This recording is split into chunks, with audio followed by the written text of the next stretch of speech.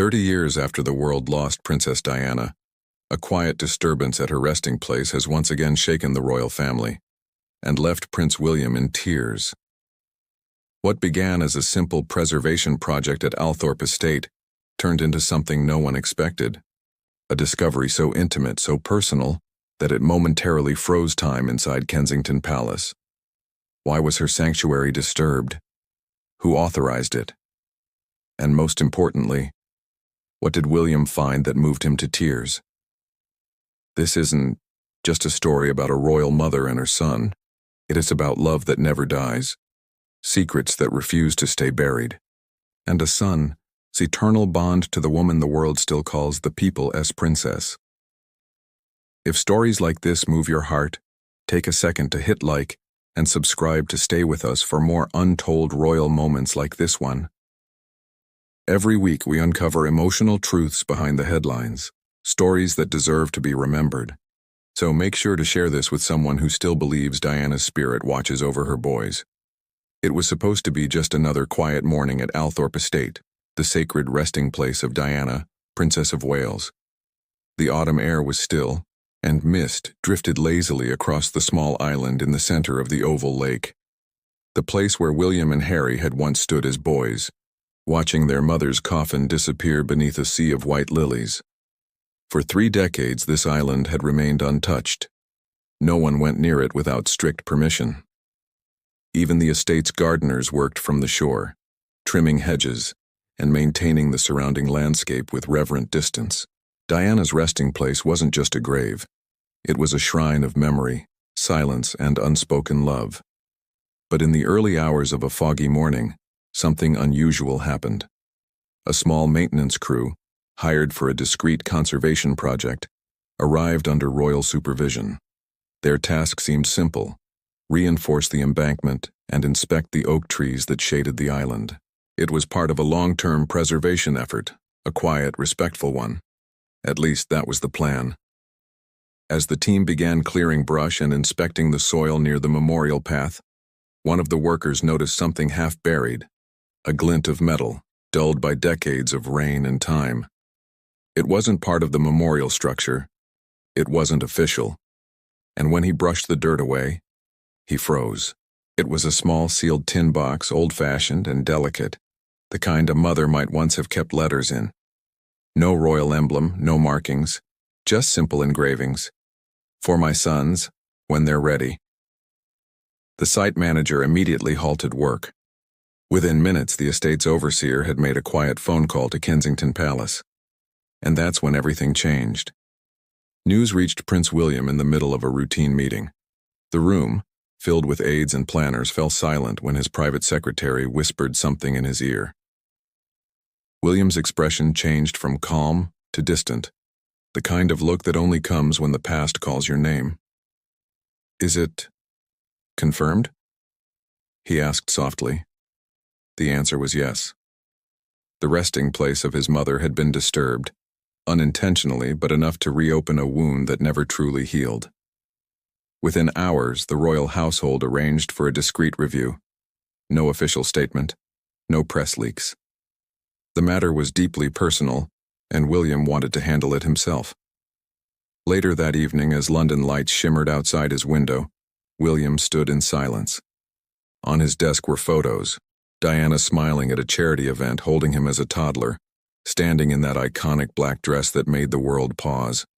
He thought of her laugh, her scent, the way she'd kneel down to look her children in the eye. And now, after 30 long years, something from her, perhaps meant for him, had resurfaced. The next morning, the press began to stir. Satellite images caught faint signs of activity around Althorp's Island. A few royal watchers on social media speculated about maintenance work. But within hours, the hashtags began trending: on Diana resting place and royal disturbance. Kensington offered no comment, but insiders confirmed that Prince William would be making a private visit to Althorp, his first in several years. Public curiosity grew wild. Was it vandalism? A secret project? Or something more personal? No one outside the royal circle knew. Yet the tone from Kensington was clear. This wasn't an ordinary matter. 3 days later, under heavy discretion, a black Range Rover approached the Althorp gates. The estate was closed to visitors. Only a handful of trusted staff and security stood by. Inside the vehicle, William sat in silence. No aides, no cameras, just him and one long road lined with autumn trees. He had been here before, many times. As a boy, as a young man, as a father. Each visit felt different, yet the same emotion lingered, a quiet ache that never faded. When he stepped out, the air was cold, carrying that faint scent of wet earth and oak leaves. He walked alone toward the lake, past the memorial statue, and stopped by the water's edge. Across the lake, the island looked serene, untouched by time.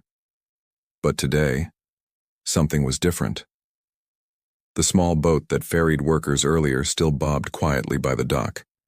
One of the estate caretakers stood respectfully nearby, holding the sealed tin box. "Your Royal Highness," the man said softly, "we thought it best to wait for you." William nodded, unable to speak. His eyes locked on the box, the one that carried his mother's handwriting. "For my sons, when they're ready." He felt a weight in his chest, like the past was breathing again. Back at Kensington, Catherine waited anxiously for his call. She understood that look on his face before he left, the silent heaviness that words couldn't reach. Diana's memory was sacred to both her and William, a thread that wove their empathy, their parenthood, even their public service. When William finally called, his voice was quiet. "I'm here," he said. "And they found something. Kate. Something of Hayes." There was a pause. "What is it?" she asked gently. "I don't know yet, but I think it's meant for us." That night, as the estate lights dimmed and the world outside slept, William sat by candlelight on Althorp's small jetty, the tin box resting before him. He didn't open it. Not yet.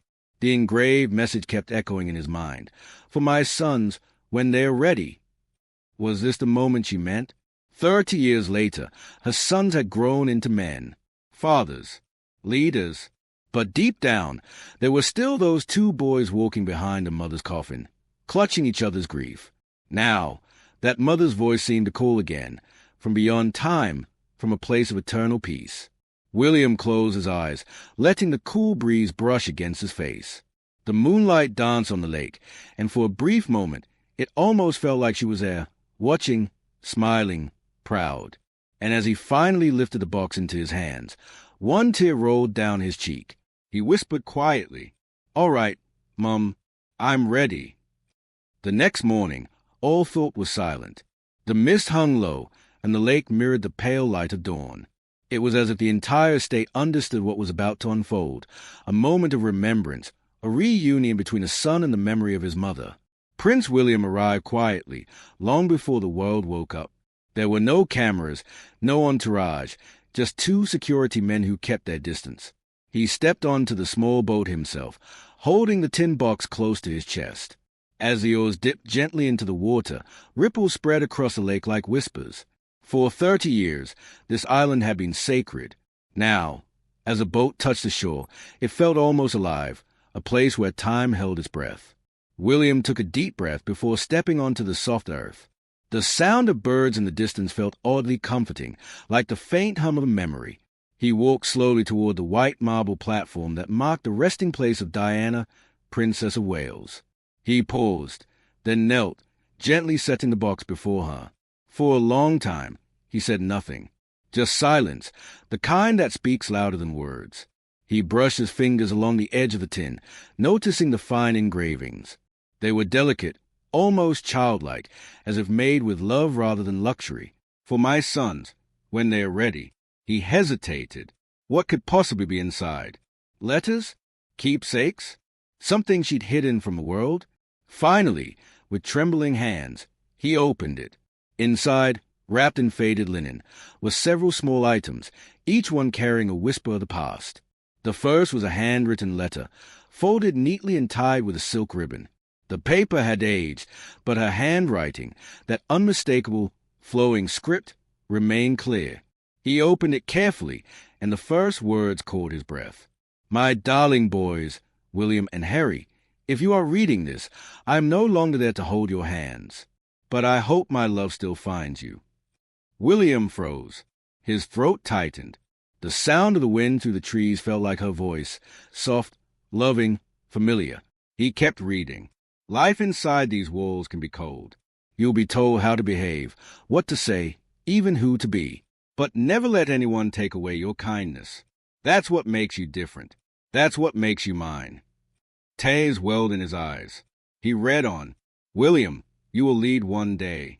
But remember, the world doesn't need another perfect prince. It needs a man who feels, who listens, who forgives. Harry, you will walk your own path. Don't let anyone tell you it's the wrong one. Just promise me you will walk it with love.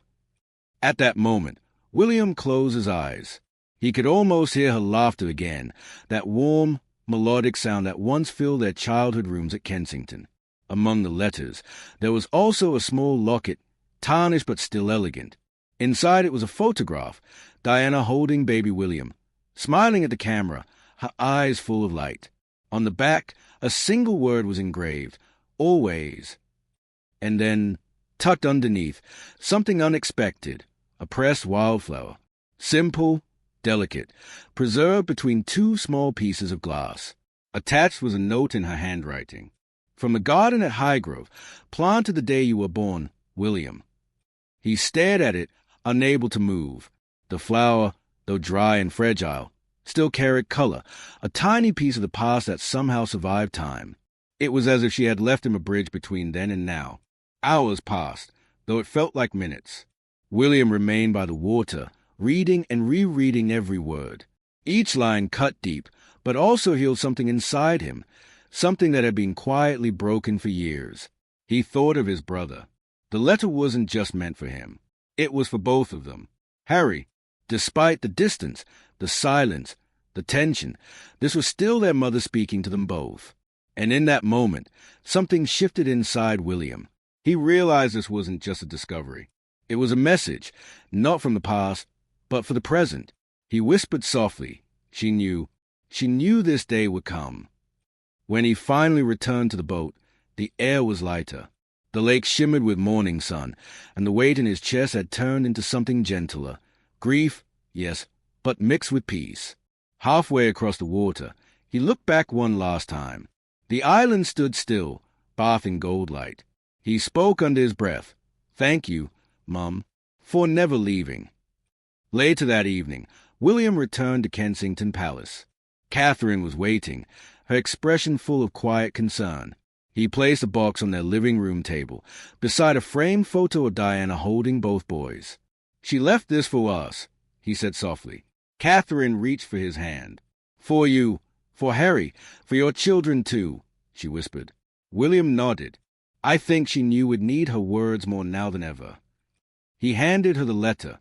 She read silently, her eyes misting. When she finished, she smiled faintly. She was right about you. You know, the world doesn't need a perfect prince. It needs a kind one. He looked down, humbled. Then I hope I'm making her proud. That night, after everyone went to bed, William sat alone by the fireplace, staring at the locket. He opened it once more, gazing at the picture. For the first time in years, the pain didn't feel so heavy. It felt purposeful. Maybe this was a way of reminding him that love doesn't vanish, it transforms. Outside, the wind carried a faint sound, almost like laughter. He smiled quietly to himself. And in that stillness, surrounded by her words, he whispered, Good night, Mum. Days after William's quiet visit to Althorp, whispers began to move through the palace halls. Only a handful of people knew the truth, that something extraordinary had been found beside Diana's resting place. But in the royal family, secrets rarely stay secret for long. A week later, the story reached the press. At first, it appeared only as rumor, a private find at Princess Diana's grave. Then, quietly confirmed by Kensington, a sealed personal item belonging to the late Princess of Wales had been recovered and entrusted to Prince William. The public reacted exactly as you'd expect, a tidal wave of emotion. Social media flooded with tributes, old photographs, candlelit videos, and messages like she's still guiding them. The world that had once mourned her now seemed to pause again, united by memory. Behind the scenes, William and Harry spoke privately for the first time in months.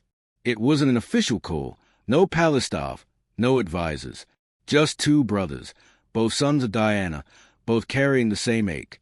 William told him everything, about the box, the letter, the flower, and the words that seemed written for both of them. There was silence on the line. Then Harry whispered, "She always knew how to find us." It wasn't a reconciliation of politics or protocol. It was something deeper, a reminder that before they were princes, they were just two boys who had lost their mother. That truth, spoken softly through a letter, did what no headline or royal statement could do. It brought humanity back into the story. In the following weeks, Kensington quietly worked with the Spencer family to preserve Diana's personal message. The box wasn't to be displayed publicly, but parts of her handwritten note, especially one powerful paragraph, were later read during a private memorial service. Kindness will outlast crowns. Love will outlive kingdoms. And forgiveness, my sons, will be your greatest legacy. Those words spread across the world like light through stained glass. Teachers read them in classrooms. Journalists quoted them in headlines. And across social media, thousands of posts appeared under one phrase: Diana was right. For William, something had shifted. He began speaking more openly about empathy, mental health, and the importance of forgiveness, not as a royal duty, but as a personal belief. In one quiet interview months later, when asked about the discovery, he said only this: "Some letters don't come through the post. Some reach you when your heart is finally ready." That sentence alone became a defining quote of the year. And while the full contents of Diana's message remain private, those who have seen it say it carried one clear theme: reconnect Ion. Not just between brothers, or between mother and son, but between the idea of royalty and real humanity. At Althorp, the island was restored and resealed, the lake calm again. But something had changed forever. A small inscription was added discreetly at the memorial's edge, chosen by William himself, for every mother who still whispers across time. No fanfare, no press release, just quiet grace. It was his way of saying thank you, not only to his mother, but to every person who had ever found strength in loss. On the anniversary of Diana's passing, Kensington Palace released a single photo. It showed the lake at dawn, the same soft light, the same gentle mist, with one white rose floating across the water.